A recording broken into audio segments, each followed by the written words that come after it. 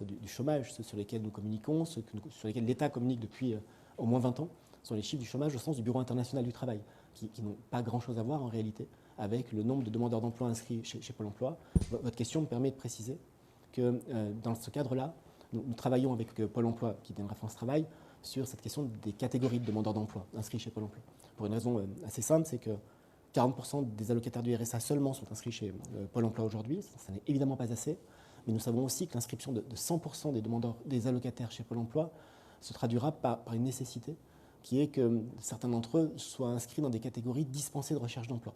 Parce que nous savons que parmi les allocataires du RSA, certains rencontrent des difficultés tellement importantes au moment où ils seront inscrits auprès de France Travail que la recherche d'emploi est quasiment impossible, voire totalement impossible, pour des questions de santé, pour des questions de parcours d'insertion extrêmement difficiles. Donc nous travaillons à cela, ça n'est pas abouti parce que c'est une réflexion interne à l'opérateur qui est Pôle emploi et que sera France Travail. Et nous savons qu'il y aura une conséquence sur le nombre de demandeurs d'emploi inscrits sans que cette conséquence directe sur le chômage au sens du BIT. Merci. Bonjour, Simon Le Baron pour France Inter. Les critiques sur le RSA sous condition n'ont pas totalement disparu, loin de là d'ailleurs. Qu'est-ce que vous répondez à ceux qui estiment que c'est une façon de stigmatiser les allocataires du RSA dans un discours plus global contre l'assistanat ? Il y a deux écueils à éviter dans ce débat, je crois. Le premier, c'est de considérer que tous les allocataires du RSA seraient responsables de leur sort et responsables de leur absence d'emploi. Ça n'est pas vrai. Ça n'est pas vrai parce que lorsqu'on est au RSA, c'est le fruit souvent de très grandes difficultés. Et avec le RSA, on a une possibilité de survivre, mais en réalité, si on est allocataire du RSA en difficulté, c'est plus un revenu de subsistance qu'un revenu de vie. Ça, c'est la première chose. Et on est extrêmement attentif à ça. C'est pour ça que j'ai bien précisé, et dès le départ, que ça n'était ni du travail gratuit ni du bénévolat obligatoire. S'il y a travail, il y a contrat de travail, il y a rémunération. Et le bénévolat, c'est un engagement personnel. Par contre, il faut éviter aussi un deuxième écueil, qui est celui de considérer que la question des contreparties serait une stigmatisation.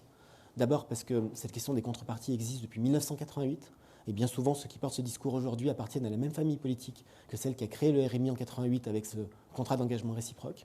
Ensuite parce que dans la loi telle que nous la présentons, c'est la puissance publique au sens le plus large qui prend le premier engagement consistant à proposer partout sur le territoire une offre d'insertion, de formation, d'accompagnement qui soit adaptée aux allocataires du RSA. Et enfin, parce que nous sommes, et vous le verrez dans le texte de loi, dans la rédaction d'un contrat d'engagement que nous voulons rapide. Aujourd'hui, quand il y a contrat d'engagement, c'est-à-dire à peine une fois sur deux, c'est au bout de 5 mois après la première allocation.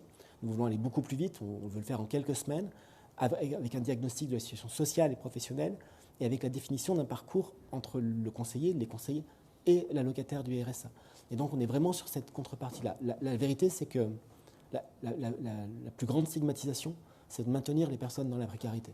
Et je considère qu'il y a une formidable hypocrisie, voire même un peu de cynisme, à considérer que l'État, la collectivité, serait quitte de leur devoir de solidarité dès lors qu'on a versé 607 € à un adulte qui vit seul. Nous serons quittes de notre devoir de solidarité quand on aura permis au maximum d'entre eux de retrouver un emploi, de l'autonomie, de la dignité et du pouvoir d'achat par le travail. Merci. Pas d'autres questions ? Eh bien, merci à tous.